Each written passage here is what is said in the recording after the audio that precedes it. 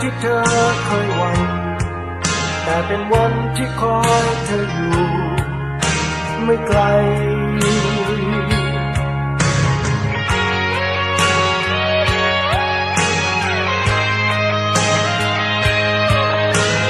หากใจท้อขอจงอดทนหนทางที่เดินไปเหนื่อยเพียงไหนไม่กลัวสิ่งใดก้าวไปให้มันคงจะมีสักวันคงเป็นวันที่ชื่นใจคงจะมีสักวันคงเป็นวันที่ยิ่งใหญ่อยู่บนทางที่เธอเคยหวังแต่เป็นวันที่คอยเธออยู่ไม่ไกล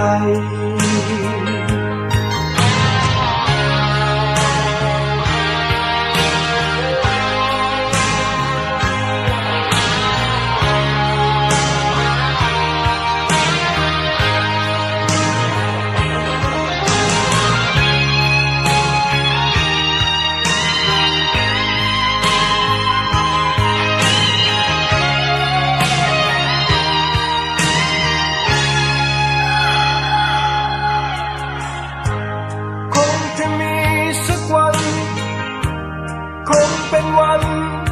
ที่ชื่นใจคงจะมีสักวันคงเป็นวันที่ยิ่งใหญ่อยู่บนทางที่เธอเคยหวังแต่เป็นวันที่คอยเธออยู่ไม่ไกลหากใจท้อหนทางที่เดินไป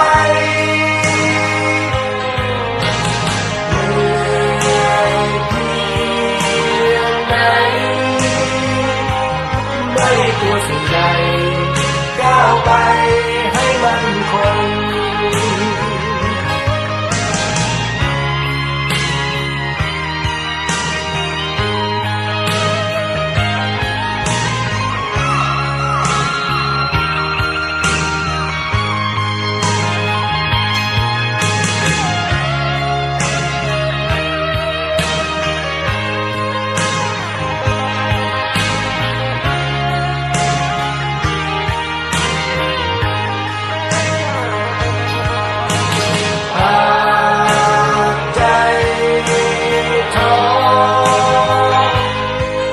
จง